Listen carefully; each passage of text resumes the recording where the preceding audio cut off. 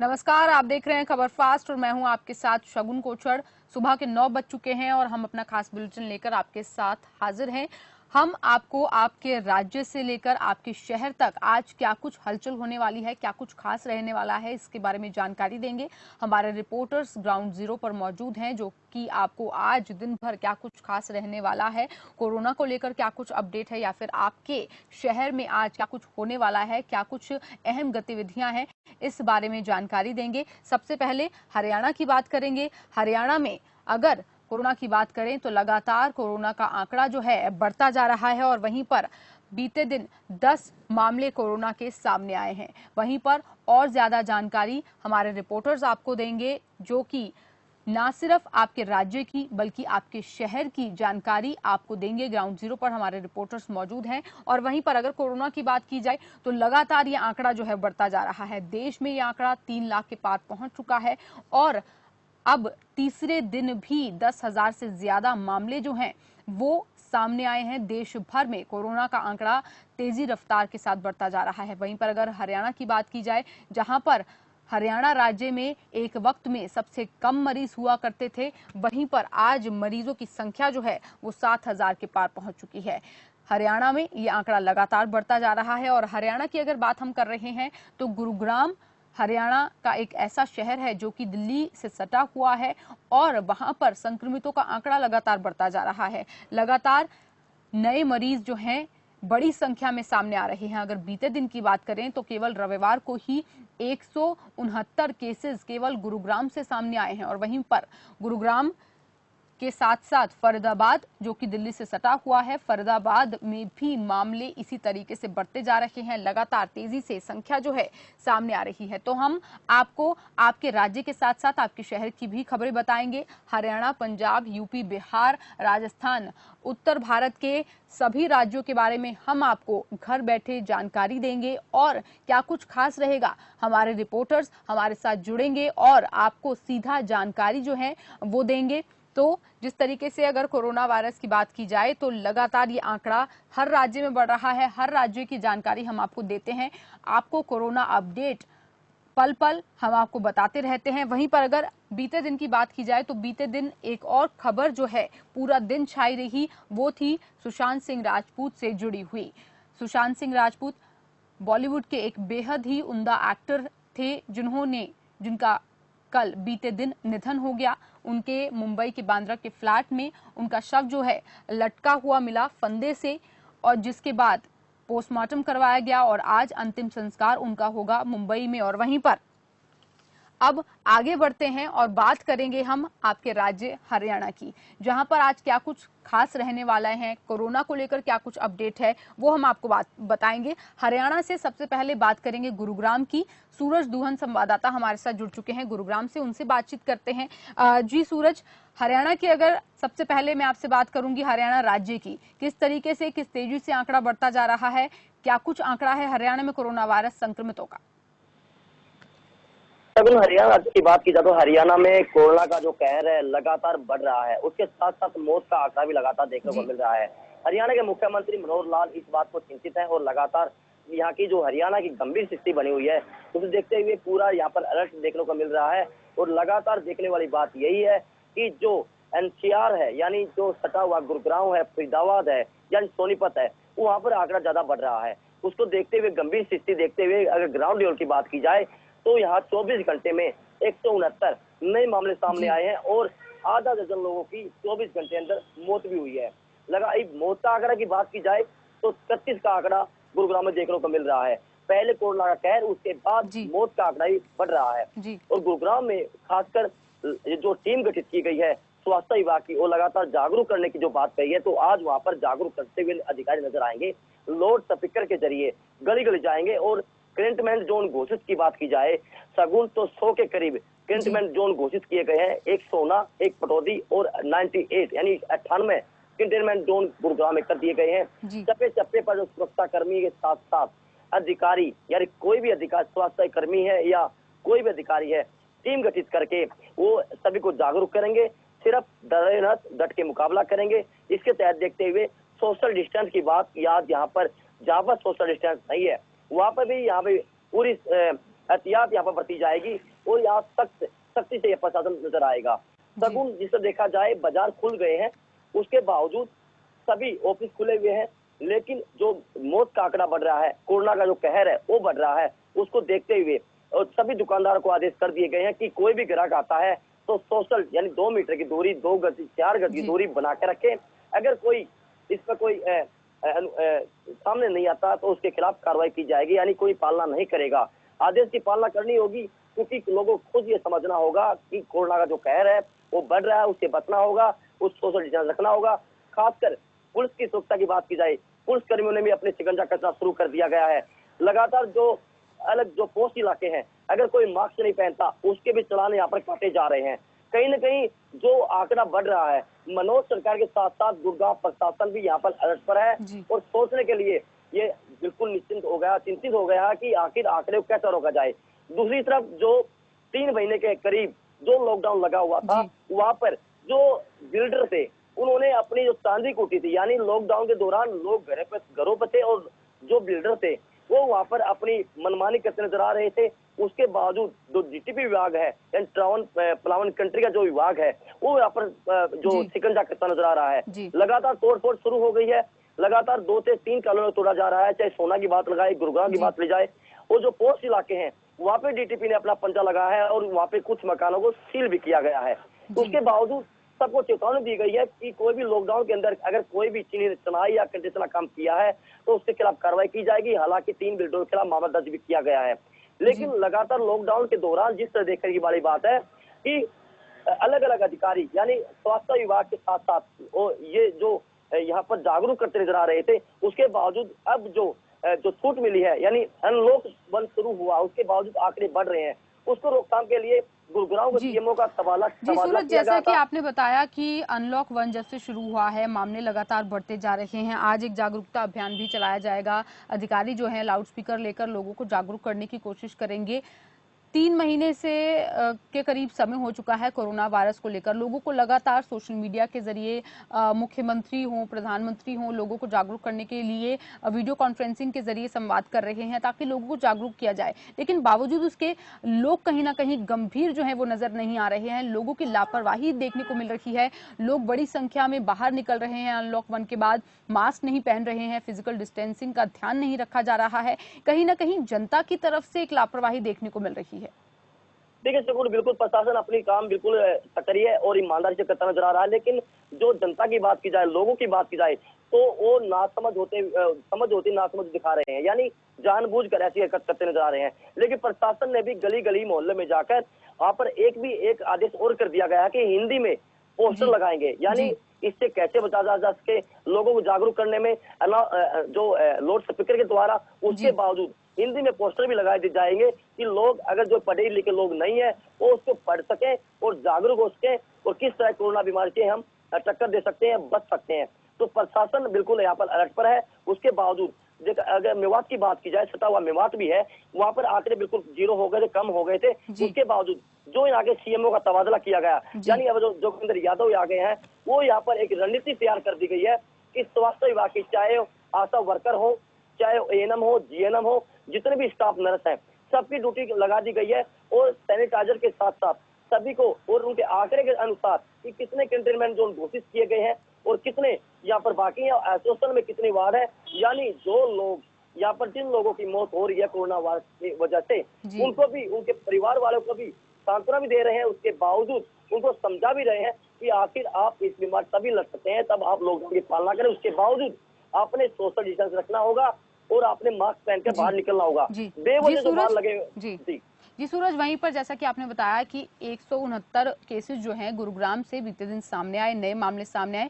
ये मामले गुरुग्राम के किस इलाके से सबसे ज्यादा सामने आए और इनकी क्या कुछ वजह जो है, अगर एवरेज में देखा जाए तो क्या कुछ वजह रही? क्या इनकी दिल्ली की ट्रैवल हिस्ट्री है या फिर ये पहले से ही संक्रमित थे, इनके परिवार में कोई संक्रमित था? क्या कुछ वजह रही ज्यादातर आंकड़ों की?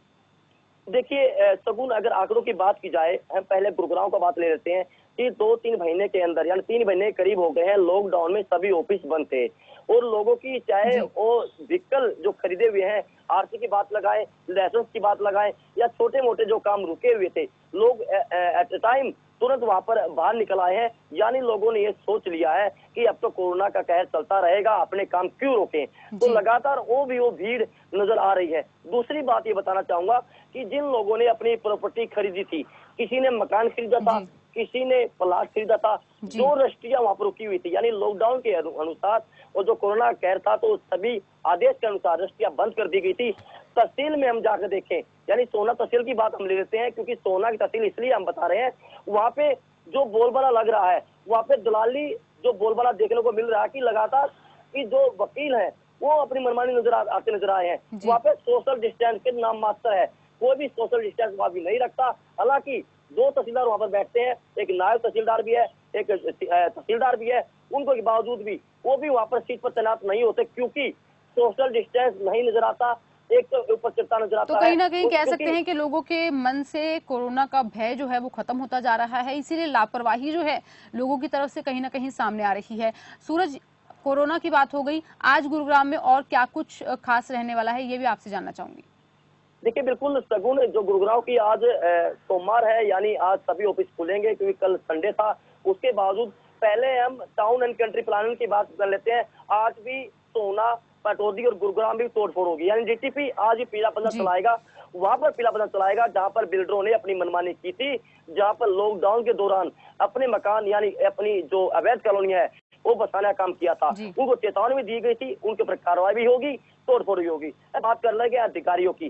स्वास्थ्य विभाग की टीम आज यहाँ पर ग्राउंड लेवल पर निकलेगी और जगह जगह जाकर लोगों को जागरूक भी करेगी, आंकड़े इकट्ठा करेगी, और जहाँ पर कंटेनमेंट जोन घोषित किए गए वहाँ पर स्कैनिंग किया जाएगा, और जहाँ पर सैनिटाइजर की कमी है वहाँ पे सरपंचों के साथ मीटिंग भी की जाएगी। जो वीडियो अधिकारी हैं वो भी सरपंचों को आदेश कर दिए जाएंगे कि गाँव में किसी प्रकार की अनहोनी ना हो, कोरोना कहर ना हो। अगर देखा जाए पहले गुरुग्राम में ज्यादा आंकड़े सामने आते थे, अब गुरुग्राम में देखने वाली बात यह है कि कोरोना का जो कहर है वो चारों तरफ फैलता नजर आ रहा है, कि गांव में अब कहर देखने को मिल रहा है। जो सटे हुए गांव है, सोना के पास, बादशाहपुर के पास, यानी ये सुनने में आया है कि तहसील में और आसपास जो लोग वहां पर बैठे हैं, जो सोशल डिस्टेंस की पालन नहीं करते, जो कोरोना का शिकार हुए हैं, उसकी पूरी हिस्ट्री वहां पर अधिकारी जानेंगे कि आखिर इनके ट्रेवल हिस्ट्री कहाँ है, कैसे आए, कैसे फैले, यानी पूरी जानकारी आज देंगे। और आज जिला विभाग से अमित खत्री जी आप खुद वहाँ पर जो ग्राउंड लेवल पर जाएंगे और लोगों को जागरूक करते नजर आएंगे, पोस्टर भी नजर लगाए जाएंगे, अनाउंसमेंट भी किया जाएगा कि लोगों को सिर्फ तो लोगों को जागरूक करने की आज पूरी तरीके से अधिकारियों की कोशिश रहेगी। सूरज, हमारे साथ जुड़ने के लिए बेहद शुक्रिया, जानकारी देने के लिए बेहद शुक्रिया। तो आज गुरुग्राम में जागरूकता अभियान खास तौर पर चलाया जाएगा और लोगों को जागरूक करने के लिए लाउड स्पीकर से अधिकारी जो है लोगों को जागरूक करेंगे, पोस्टर्स लगाए जाएंगे, और खास बात यह है कि हिंदी में पोस्टर लगाए जाएंगे। और वहीं पर आज जीटीपी विभाग की तरफ से पीला पंजा भी चलाया जाएगा। जो भी लॉकडाउन के दौरान जो भी कंस्ट्रक्शन की गई थी, जो कि कंस्ट्रक्शन पर पाबंदी थी, जो भी कंस्ट्रक्शन की गई थी, उस पर आज पीला पंजा जो है वो चलाया जाएगा। चलिए, ये बात थी गुरुग्राम की। अब चलते हैं फरीदाबाद की और फरीदाबाद के बारे में जानकारी ले लेते हैं। मुकेश राजपूत संवाददाता हमारे साथ जुड़ चुके हैं फरीदाबाद से। जी मुकेश, गुरुग्राम और फरीदाबाद हरियाणा के ऐसे शहर हैं जिनमें कोरोना वायरस के आंकड़े जो हैं लगातार बढ़ते जा रहे हैं और सबसे ज्यादा आंकड़े यहां से सामने आ रहे हैं। गुरुग्राम की बात हमने की, सूरज दुहन से उनसे सारी जानकारी ली। फरीदाबाद की बात हम आपसे करेंगे और जानेंगे कि क्या कुछ कोरोना के आंकड़े फिलहाल गुरुग्राम में चल रहे हैं। पिछले 24 घंटे में कितने मामले सामने आए हैं मुकेश? ये देखिए सगुन, बिल्कुल फरीदाबाद में इस समय अगर ये कहा जाए कि कोरोना के आंकड़े बहुत ज्यादा जो है बढ़ते नजर आ रहे हैं, तो इस तरह इसमें कोई कोताही नहीं होगी, क्योंकि लगातार जिस तरीके से बात करें, हम शनिवार की बात कर ले तो शनिवार को करीब 100 जो है नए कोरोना पॉजिटिव मामले सामने आए थे। तो वही जो रविवार की बात करें तो 24 घंटे में 66 नए केस आए और 5 लोगों की मौत हुई। तो लगातार जिस तरीके से आंकड़े बढ़ रहे हैं उस हिसाब से बात करें जिला प्रशासन के, स्वास्थ्य विभाग की, तो उनकी तरफ से भी लगातार लापरवाही जो है यहाँ पर सगुन देखने को मिल रही है, क्योंकि जो दावे किए जा रहे थे स्वास्थ्य विभाग की ओर से वो बिल्कुल हवाई होते नजर आ रहे। खुद जो कोरोना पॉजिटिव मरीज हैं वो अस्पताल में जहाँ उन्हें रखा गया है, क्वारंटाइन यहाँ पर किया गया है, वहां पर जाकर के वो खुद वीडियो बनाकर स्वास्थ्य विभाग की सच्चाई की पोल खोल रहे हैं। लगातार पिछले दिनों में बात करें तो कई वीडियो वायरल हुई जहाँ पर साफ तौर पर कोरोना पॉजिटिव लोगों ने ये बताया कि वहां पर साफ सफाई का किस तरीके से ध्यान रखा जा रहा है। और वही अगर खाने पीने की चीजों की बात करें तो वो कितने वहाँ बेहतर हालत में मिल रही है। तो पूरी तरीके से कहा जा सकता है सगुन कि फरीदाबाद में इस समय स्थिति काफी खराब है, क्योंकि लगातार आंकड़े बढ़ रहे हैं। स्वास्थ्य विभाग आंकड़ों को रोकने में या जिला प्रशासन आंकड़ों को रोकने में बिल्कुल जो है नाकाम साबित हो रहा है, क्योंकि सोशल डिस्टेंसिंग और फेस मास्क इसको अहम माना जा रहा है इसमें, क्योंकि अगर जो ये बनाए रखे या सोशल डिस्टेंसिंग बनाए रखी या फेस मास्क आपने पहन रखा है और दूरी जो लगातार लोगों से जी बना रहे हो, तो कहीं ना जी कहीं हो मुकेश, सकता है कि ये जिन वीडियो संक्रमण की आप ज्यादा बात लोगों कर में। रहे हैं कि कोरोना संक्रमित मरीजों ने खुद वीडियो बनाकर उसे वायरल किया है कि अस्पताल में क्या कुछ व्यवस्था है, किस प्रकार का खाना मिल रहा है, तो इस वीडियो को बनाने के बाद और उसे सोशल मीडिया पे आने के बाद क्या कुछ कार्रवाई अधिकारियों की तरफ से की गई है, क्या कुछ एक्शन लिया गया है? जी बिल्कुल सगुन देखिए, जैसे ही जब ये वीडियो वायरल हुई, सबसे पहले एक महिला ने वहां जाकर के वहां की सच्चाई बताई, खाने पीने को लेकर के किस तरीके की चीजें वहां पर दी जा रही हैं। पानी की व्यवस्था की बात करें तो पीला और गंदा पानी वहां पर जो है लोगों को दिया जा रहा था। तो उस पर जैसे ही वीडियो वायरल हुई, उसके बाद जो है सीएमओ कृष्ण कुमार जी ने उस पर तुरंत एक्शन लिया और वहाँ जो जो स्टाफ था उसको सख्त निर्देश दिए कि वो मरीज है तो उनको इस तरीके का खाना और जो साफ सफाई की बात करें तो वो वहां पर बेहतर सुविधा करने की कोशिश की जाए। तो वहां पर अगर बात करें तो सगुन अब जो है थोड़ा बहुत जो है हालात वहां पर ठीक है, खाने पीने की व्यवस्था में सुधार जरूर आया है। पर जिस तरीके से अगर जो वहां सोचने वाली बात यह है कि अगर मरीज जाकर के वहां की हकीकत ना दिखाते तो ये सिलसिला आगे भी चलता रहता। पर इस पर जो है स्वास्थ्य विभाग की तरफ से सीएमओ जो है कृष्ण कुमार जी, उन्होंने सख्त एक्शन लिया है। तो इसमें दो जो वहां पर जो स्टाफ थे जो इस पूरे मामले में जो है संलिप्त थे, तो उन दोनों को जो है अभी के लिए फिलहाल जो है पनिश किया गया है। हालांकि पूरी तरीके से कहानी जैसा पनिशमेंट क्या दी गई है, क्योंकि ये अभी तक कृष्ण कुमार की तरफ से साफ नहीं किया गया है। बाकी उन्हें पनिशमेंट किया गया है और साथ ही साथ ये आदेश भी दिए गए हैं कि मरीज के साथ जो है खाने पीने की व्यवस्था की बात करें, साफ सफाई जी, की, तो उनके मरीजों वार्डों के की लिए साफ सफाई व्यवस्था को को दुरुस्त विशेष करने ध्यान की रखा बात जाए। यहाँ पर की गई है। मुकेश, अगर एक्टिव केसेस की बात की जाए तो फरीदाबाद में फिलहाल कितने एक्टिव केसेस हैं? देखिए बिल्कुल ये कहा जा सकता है सगुन कि अब तक अगर जो एक्टिव केसों की बात करें तो 900 से जो है अधिक जो है एक्टिव केस अभी भी है, जो कि कुछ घर पर क्वारंटाइन किए गए हैं। करीब 400 के समथिंग जो है घर पर क्वारंटाइन किए गए हैं और करीब 500 से ऊपर जो है जो अस्पताल में भर्ती किए गए हैं। तो वही ये कहा जा सकता है कि अभी एक्टिव जो केस है लगातार बढ़ रहे हैं, 900 से ऊपर पहुंच चुका है ये आंकड़ा। और अगर जो टोटल अगर जो आंकड़ों की बात करें तो ये 1200 से 1250 से अधिक पहुंच चुका है। तो पूरी तरीके से कहा जा सकता है आंकड़े काफी खराब नजर जी आ मुकेश, रहे हैं। जैसा कि और आपने बताया कि नए मामले लगातार सामने आ रहे हैं, तो अगर उनकी हिस्ट्री की बात की जाए तो ज्यादातर मामले जो हैं ऐसे कौन से हैं, कहां से संक्रमण जो है वो आ रहा है? क्या वो बॉर्डर की वजह से आ रहा है? एक आपने बताया कि अस्पतालों में व्यवस्था अच्छी नहीं है, इसकी वजह से भी संक्रमण जो है वो फैल रहा है, और क्या कुछ वजह जो है वो नजर आ रही है फरीदाबाद में? देखिए सगुन बिल्कुल मैं बता दूं, सबसे पहले हम ट्रैवल हिस्ट्री की बात कर लेते हैं। तो अधिकतर तो स्वास्थ्य विभाग की तरफ से उनकी ट्रैवल हिस्ट्री है जो वो छुपाई जाती है, पर जो खबर फास्ट को मिली जानकारी है तो ये शहरी क्षेत्र से अधिक ज्यादा मामले सामने आए। वही अगर जो गाँव की बात करें तो वहां से भी एक दो मामले सामने आ रहे हैं। तो ये कहा जा सकता है कि इसमें गाँव और शहर दोनों ही मिले हुए हैं। और अधिकतर जो मामले आ रहे हैं वो दिल्ली, क्योंकि जिन लोगों के जो लोग इस कोरोना पॉजिटिव पाए गए हैं पिछले 24 घंटे में, उनमें से काफी हद तक जो लोग हैं वो दिल्ली से सफर कर रहे हैं, क्योंकि सामान जो दुकानदार हैं वो दिल्ली से सामान लाए थे। तो ये अब तक जो है जानकारी खबर फास्ट को मिल पाई है। तो ये कहा जा सकता है जब से सीमाएं खुली हैं वो लगातार आंकड़े बढ़ते हुए नजर आ रहे हैं। दिल्ली के और फरीदाबाद की सीमा खुलने के बाद पूरी तरीके से कहा जा सकता है सगुन कि आंकड़ों में बढ़ोतरी जरूर दर्ज की गई है, क्योंकि इससे पहले जब सीमा बंद थी तो आंकड़ों में इतनी बढ़ोतरी नहीं थी। जी, तो आवाजाही जब से शुरू हुई है, मूवमेंट शुरू हुई है, तभी से ये आंकड़े जो हैं लगातार और उछाल ले रहे हैं और आंकड़े लगातार बढ़ते जा रहे हैं। वहीं पर अगर बॉर्डर की बात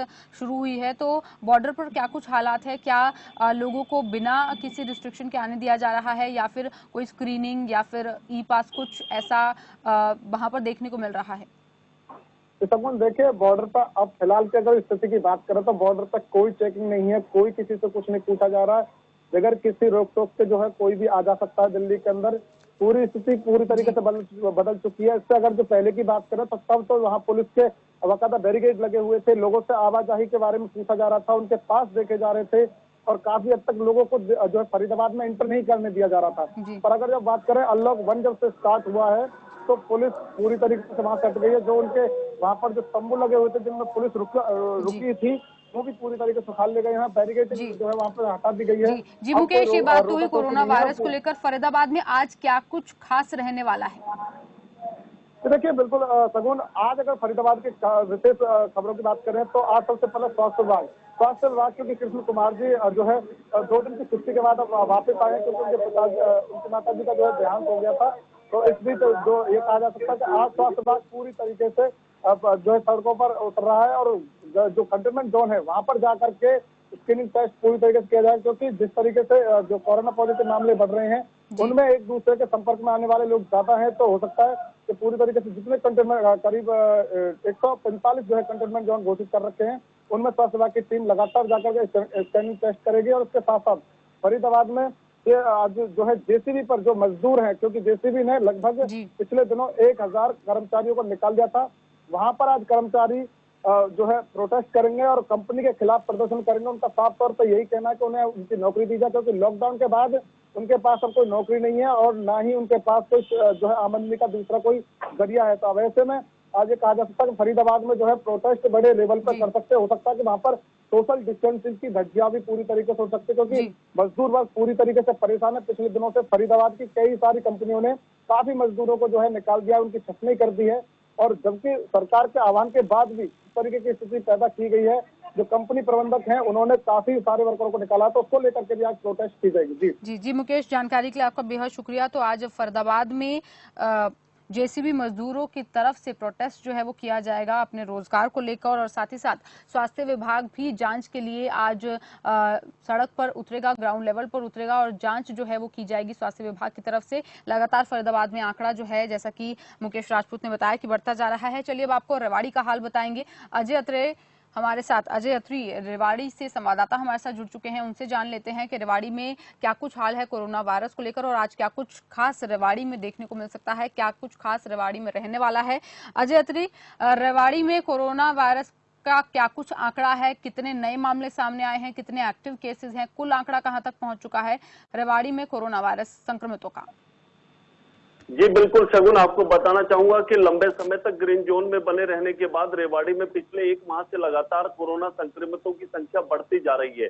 बीते सप्ताह की बात की जाए तो बीते सप्ताह में ये जो कोरोना का आंकड़ा है कोरोना पॉजिटिव का, वो लगातार बढ़ करके और अब 97 पहुंच गया है। यानी कि रेवाड़ी में अब 97 कोरोना पॉजिटिव केस सामने आ चुके हैं, जिनमें से हालांकि स्वास्थ्य विभाग की तत्परता कहें या कुछ और वजह की अभी 46 मरीज जो कोरोना संक्रमित हैं वो ठीक होकर के अपने घर लौट चुके हैं। हालांकि 51 अभी पॉजिटिव एक्टिव केस जो है वो सामने है, और इसके साथ ही बीते दिन की अगर बात की जाए तो सबसे बड़ा आंकड़ा यहाँ निकल करके सामने आया कि एक ही दिन में 17 पॉजिटिव केस सामने आए हैं, जो कि बेहद जिलावासियों के लिए चिंता का विषय है। ऐसे में कहीं ना कहीं जिलावासियों को एहतियात बरतने की जरूरत है, क्योंकि जिस तरीके से लंबे समय तक लॉकडाउन जो लगा हुआ था, लॉकडाउन के चलते यहाँ पर आवाजाही पूरी तरह से बंद थी, शहर के बाजार तमाम यहाँ बंद चले आ रहे थे, लेकिन जिस तरीके से आवाजाही यहाँ पर शुरू हुई है जिला के अंदर, उसी के चलते कहें कि लगातार कोरोना संक्रमित बढ़ते जा रहे हैं। तो कहीं ना कहीं लोगों की लापरवाही जो है वो देखने को मिल रही है।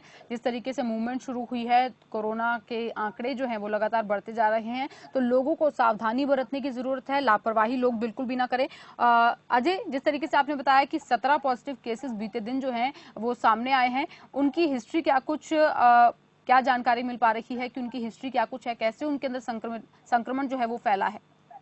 जी बिल्कुल शगुन, आपको बताना चाहूंगा कि बीते दिन जो 17 पॉजिटिव केस सामने आए हैं उसमें शहर से रेवाड़ी शहर से अकेले करीब 10 केस हैं जो कि शहर से जुड़े हुए पॉजिटिव केस हैं। इसके अलावा बाकी 7 केस जो है वो ग्रामीण क्षेत्रों से आते हैं। अभी तक के अगर आंकड़ों की बात की जाए तो ज्यादा संख्या रेवाड़ी जिला में जो ग्रामीण क्षेत्रों से यहाँ संक्रमितों की सामने आ रही थी, लेकिन बीते 1 सप्ताह में अब लगातार एक के बाद एक शहर से भी कोरोना पॉजिटिव केस सामने आने लगे हैं, जो कि चिंता का विषय है। अगर इनकी हिस्ट्री की बात की जाए तो यहाँ दिल्ली से, क्योंकि दिल्ली एनसीआर से लगता हुआ हरियाणा प्रदेश का ये रेवाड़ी जिला है, जो कि गुरुग्राम से भी लगता है और दिल्ली से भी लगता है, तो दिल्ली से जिस तरीके से आवाजाही यहाँ पर बढ़ी है तो वही एक वजह कही जा सकती है कि लगातार दिल्ली से आवाजाही के चलते यहाँ पर कोरोना पॉजिटिव की संख्या यहाँ बढ़ती जा रही है। जी शगुन। जी, तो जैसा कि आपने बताया कि ग्रामीण क्षेत्रों में पहले जो है मरीज सबसे ज्यादा आ रहे थे, और लेकिन अब शहर की तरफ से भी मरीजों की संख्या बढ़ती जा रही है। अगर अजय ग्रामीण क्षेत्रों की बात की जाए तो क्या कुछ वजह नजर आ रही है कि वहां पर संक्रमितों के आंकड़े जो है वो बढ़ते जा रहे हैं? क्या जागरूकता की कमी बताई जा रही है इसकी वजह, या फिर सरकार की व्यवस्थाएं वहां तक पहुंच नहीं पा रही हैं? देखिए, जागरूकता और व्यवस्थाओं की अगर बात की जाए शगुन, तो इसमें कोई दो राय नहीं कि हालांकि अभी लोग इसको लेकर के पूरी तरह से यानी कि जिस तरीके का खौफ लोगों में दिखना चाहिए था वो नहीं दिखाई दे रहा है यहाँ पर, और लोग खुलेआम यहाँ पर जो है घूमते और आवाजाही करते हुए देखे जा सकते हैं। हालांकि स्वास्थ्य विभाग द्वारा इसके फैलाव को रोकने के लिए, इस संक्रमण से लोगों को बचाने के लिए पूरी तरह से अभियान यहाँ मुस्तैदी के साथ चलाया हुआ है, लेकिन उसके बावजूद एक बड़ी वजह यहाँ पर जो कही जाए इसकी फैलाव की, तो कंटेनमेंट जोन जो जिला प्रशासन की तरफ से जिन जिन क्षेत्रों में यहाँ पर बनाए गए हैं उनमें किसी भी तरीके से आवाजाही पर रोक नहीं होना, इसकी एक बड़ी वजह कही जा सकती है। अगर शहरी क्षेत्र की बात की जाए तो शहरी क्षेत्र में आमतौर पर देखा जा सकता है कि कंटेनमेंट जोन जो बनाए गए हैं उनमें लोग बदस्तूर आ और जा रहे हैं, किसी तरह का कोई प्रतिबंध इन लोगों पर नहीं है। हालांकि लॉकडाउन के दौरान पूरी तरह से ये प्रतिबंधित था। शहर के अलावा जो रेवाड़ी जिला से गुजरते हुए दिल्ली जयपुर हाईवे पर भी यह नाकेबंदी की हुई थी, बैरिकेड जगह जगह पर चौराहों पर लगाए गए थे। यही वजह थी कि करीब 1.5 माह तक यहाँ कोई भी कोरोना पॉजिटिव केस सामने नहीं आया। लेकिन जिस तरीके से आवाजाही बढ़ी है, आंकड़े यहाँ पर बढ़ते जा रहे हैं। आज रेवाड़ी में और क्या कुछ खास रहने वाला है?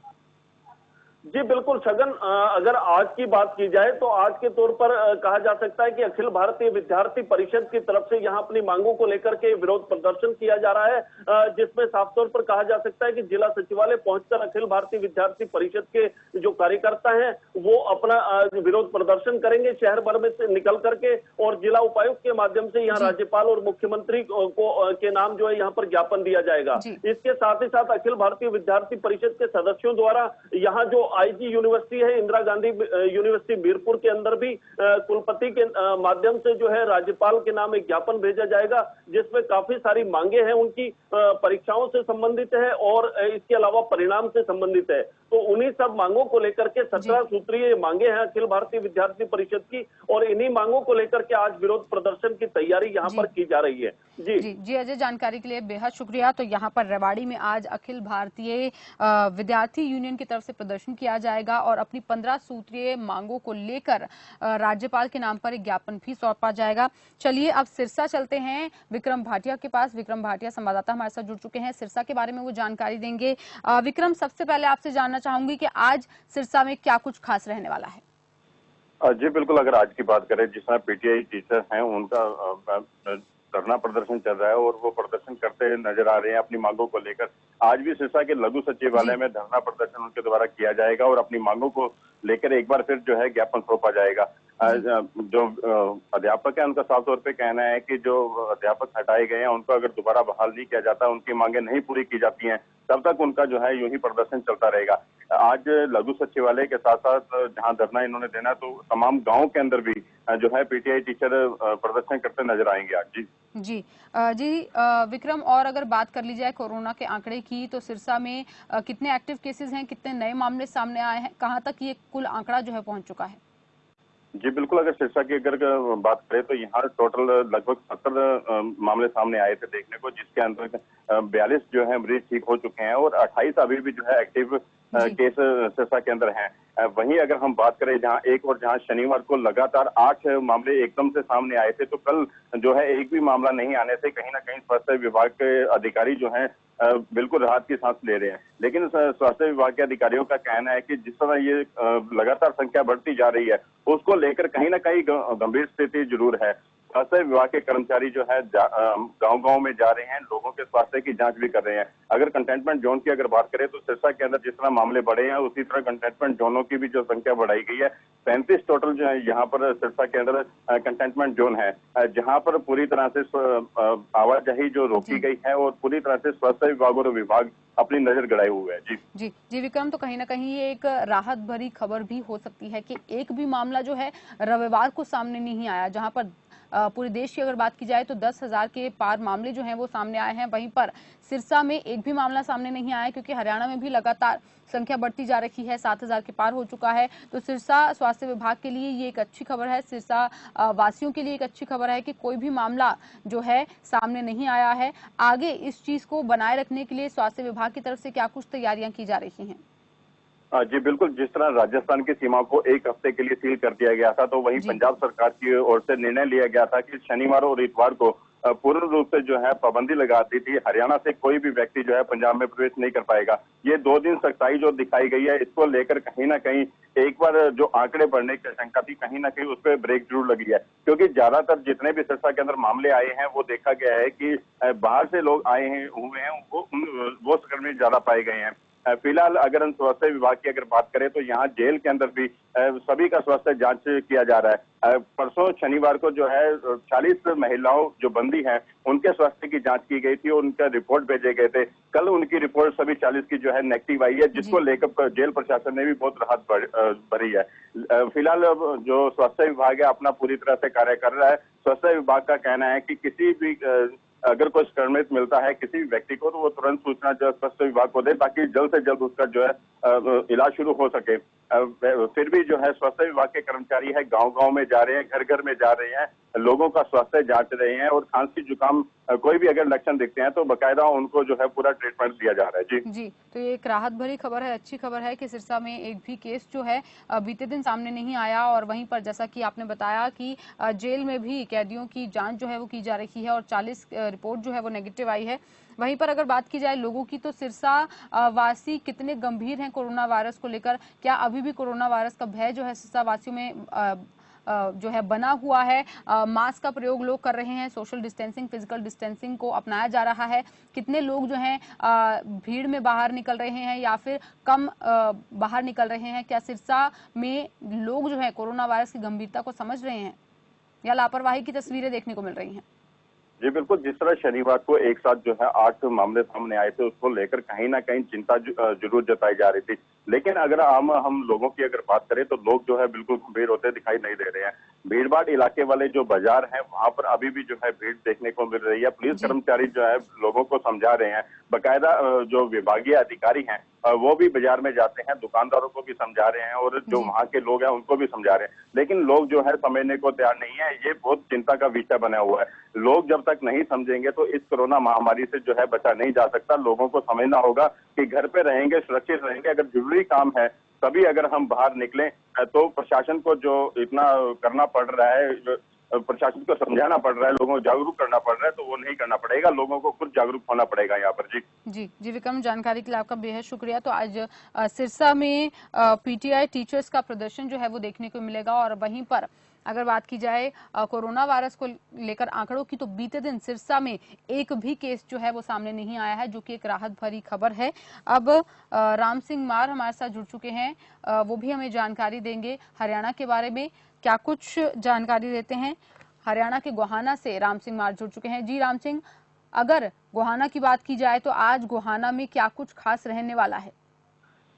देखिए, कल गोहाना में बिजली मंत्री पहुंचे थे और बिजली मंत्री जनता दरबार लगा रहे थे। जनता दरबार लगाने का वहां पर यही एक उद्देश्य था कि जो क्षेत्र के लोग हैं वहां पर बिजली जो ट्यूबवेल कनेक्शन होने हैं उनको लेकर किसानों की लगातार मांग रही है कि उनके जो ट्यूबवेल कनेक्शन है वो मिल नहीं पा रहे हैं, उनको दिक्कत आ रही है। लॉकडाउन की वजह से काफी दिक्कत आ रही थी, ऊपर से कोरोना वायरस का जो एक लंबे समय से बीमारी का जो प्रकोप जारी है उसी के चलते किसान परेशान थे और लगातार वो मांग कर रहे थे। इसी को लेकर गोहाना में जनता दरबार लगाया गया था और उसी के चलते आज भी यहाँ पर जो विभागीय अधिकारी हैं उनको आदेश दिए गए हैं। वो मंत्री द्वारा कल यहाँ पर जो पहुंचे थे उनको आदेश दिए थे और आज यहाँ पर जनता एक जो लोगों की शिकायतें हैं, समस्याएं हैं, उनका निपटान किया जाएगा। और सबसे बड़ी खबर आज यही रहने वाली है। वहीं दूसरी तरफ कल के बाद हम कर लेते हैं, क्योंकि कल गोहाना के रेस्ट हाउस पर जो बिजली मंत्री हैं सोनीपत के सांसद रमेश कौशिक और करनाल के जो सांसद हैं वो भी यहाँ पहुंचे थे। इसके अतिरिक्त गन्नौर की जो सांसद है निर्मला वो भी यहाँ पहुंची थी। इसके अतिरिक्त सांसद जो रामचंद्र जांगड़ा जी है वो भी यहाँ पहुंचे थे। लेकिन कहीं ना कहीं जब एक तरफ जहां जनता दरबार लगाया जाता, जनता दरबार जो है हंगामे का दरबार बन गया। हालात ये हो गए, एक तरफ जहां बिजली दरबार चल रहा था, जनता की शिकायतें सुनी जा रही थी एक तरफ गेट पर, वहीं दूसरी तरफ गेट पर जो 1983 पीटीआई टीचर हैं वो प्रोटेस्ट कर रहे थे, उनको गेट पर रोका गया था। और उनके साथ जिस प्रकार की बर्बरता के साथ दुर्व्यवहार हुआ, महिलाओं के साथ जो दुर्व्यवहार वो काफी चिंतनीय थी, काफी सोचनीय था। क्योंकि हालात ये थे, जब जनता दरबार लगा हुआ था, जनता दरबार को बीच में छोड़कर रमेश कौशिक जी जा रहे थे, तो इसी दौरान प्रोटेस्ट कर रही जो महिलाएं हैं, शांतिपूर्वक ढंग से अपना प्रोटेस्ट कर रही थी। तो जैसे ही रमेश जोशी के गेट से बाहर निकल रहे थे तो गाड़ी के घेराव किया। गाड़ी का घेराव करने के दौरान जो पुलिसकर्मी थे वहां पर काफी संख्या में मौजूद थे और वहीं पर प्रोटेस्ट करने वाली महिलाएं गाड़ी के सामने आकर लेट गई और उनको बुरी तरीके से उठाकर फेंका गया। एक महिला के साथ इस प्रकार का दुर्व्यवहार निश्चित तौर पर काफी निंदनीय है। और ऐसे हालांकि महिलाओं ने भी काफी उन पे आरोप भी लगाया इस बात के लिए कि एक अगर वो प्रोटेस्ट कर रही हैं, शांतिपूर्ण ढंग से वो प्रोटेस्ट कर रही थी, लेकिन उनको इस प्रकार की बर्बरता के साथ एक जो पुलिसकर्मी है उनके द्वारा उठाकर फेंका जाना निश्चित तौर पर कहीं ना कहीं निंदनीय है। जी राम सिंह, जिस तरीके से आपने बताया कि बीते दिन जो जनता दरबार लगाया गया था उसमें ये सब घटना जो है वो हुई है, तो वहां पर दो सांसद मौजूद थे और साथ ही साथ कैबिनेट मंत्री भी मौजूद थे। उनकी तरफ से इस घटना को लेकर कोई बयान सामने आया है?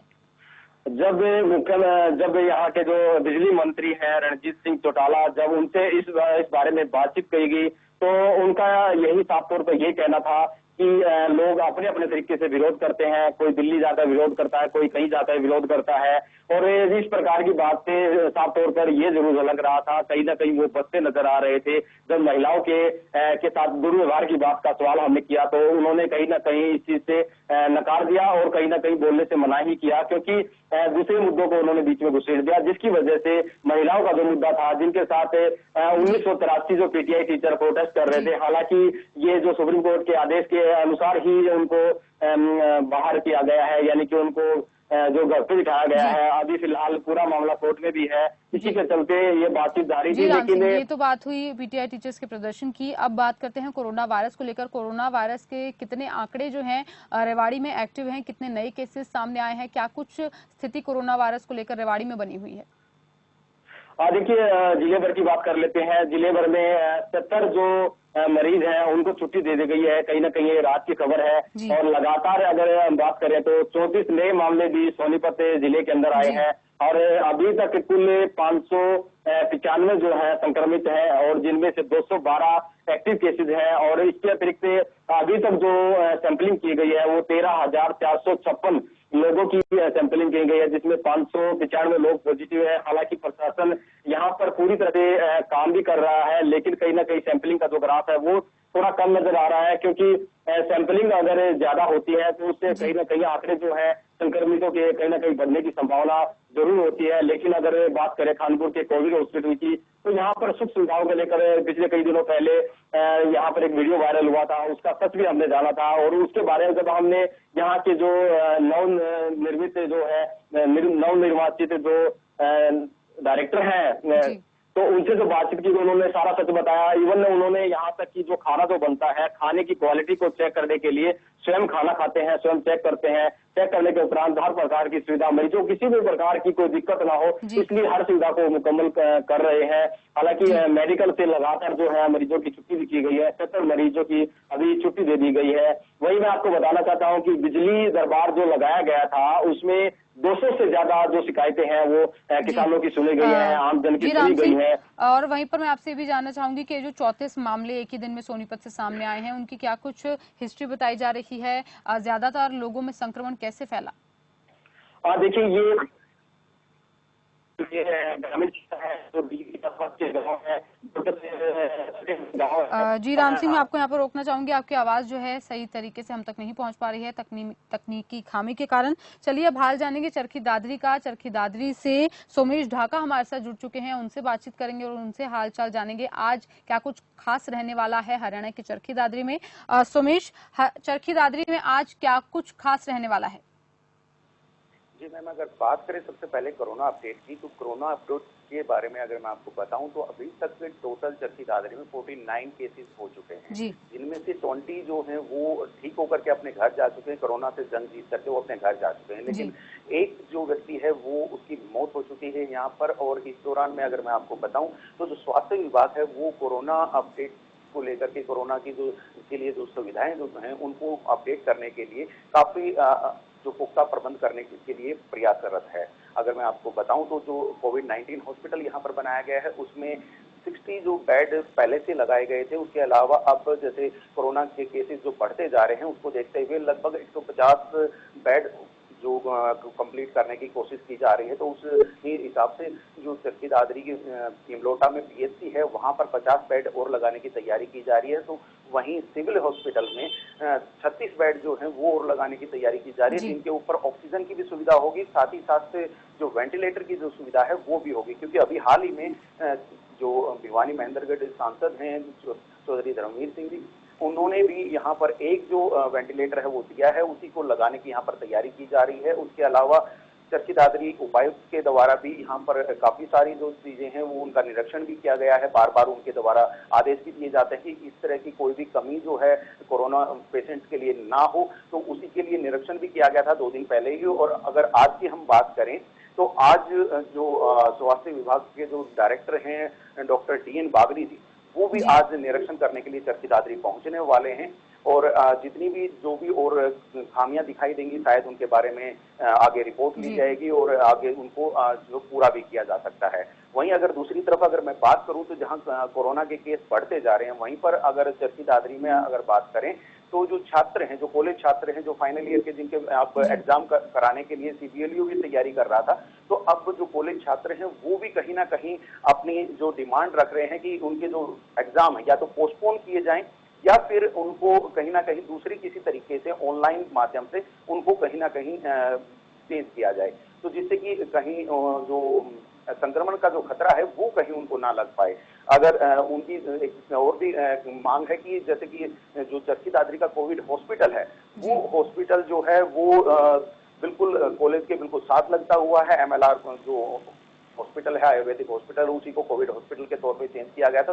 तो जो जनता कॉलेज है चरखी दादरी का, उसके बिल्कुल साथ लगता हुआ हॉस्पिटल है, तो उनको कहीं ना कहीं एक डर भी सता रहा है कि साथ में ही सारे के सारे जो कोरोना पॉजिटिव व्यक्ति हैं वो वहां पर हैं और उसकी वजह से कहीं संक्रमण जो बढ़ ना जाए। क्योंकि जहां सरकार बात करती है कि 50 लोगों की से ज्यादा भीड़ इकट्ठी ना हो, लेकिन अगर एग्जाम करवाए जाते हैं तो वहां पर 1000 से 1500 लोगों की जो भीड़ है, जो बच्चों की जो भीड़ है, वो वहां पर कहीं ना कहीं जो है पूरे एरिया में वहां पर हो जाएगी। और कॉलेज के जो बच्चे हैं वो आज इसी बारे में चरखी दादरी उपायुक्त के माध्यम से मुख्यमंत्री और शिक्षा मंत्री तक अपनी बात पहुंचाने के लिए आज ज्ञापन भी सौंपेंगे दिन में।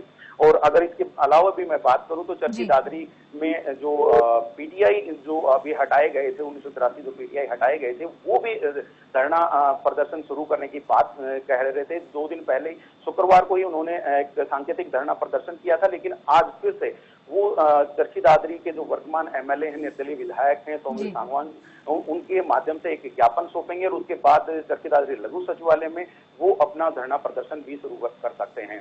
और अगर मैं बात करूं किसानों की, तो किसानों के बारे में अगर यहाँ पर पिछले लगभग 16 दिन हो चुके हैं, हाँ 16वां दिन स्टार्ट हो चुका है, और जो 16 दिन से जो टमाटर उत्पादक जो किसान हैं वो यहाँ पर धरने पर बैठे हैं और लगातार उनकी मांग है कि जो उनकी जो टमाटर की जो फसल जो है उसमें जो नुकसान हुआ है उसका जो भाव भावांतर योजना है उसके तहत कहीं ना कहीं उनको जो उनका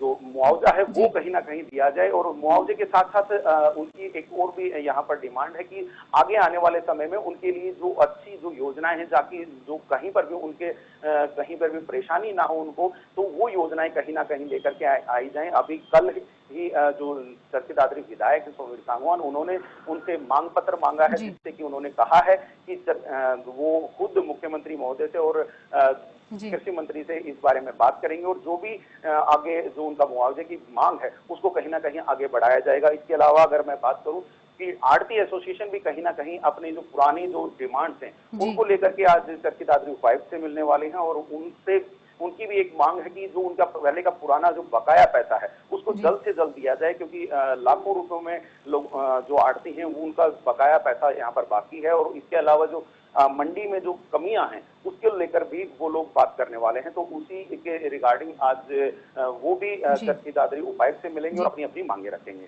जी सुमेश, जानकारी देने के लिए बेहद शुक्रिया। और वहीं पर गोहाना से राम सिंह मार का भी हमारे साथ जुड़ने के लिए, जानकारी देने के लिए बेहद शुक्रिया। तो हम बात कर रहे थे चरखी दादरी की, जहां पर आज स्वास्थ्य विभाग के डायरेक्टर जो हैं वो निरीक्षण करने के लिए पहुंचेंगे। चरखी दादरी में क्या कुछ व्यवस्थाएं बनी हुई हैं कोरोना वायरस को कंट्रोल में लेने के लिए, और साथ ही साथ छात्र भी, कॉलेज के छात्र जो हैं अपनी परीक्षा को लेकर यहाँ पर ज्ञापन सौंपने वाले हैं, और वहीं पर किसान भी अपनी मांगों को लेकर आज प्रदर्शन करेंगे। और वहीं पर आरती एसोसिएशन की तरफ से भी अपनी मांगों को लेकर, मंडी की व्यवस्था को लेकर प्रदर्शन जो है वो किया जाएगा।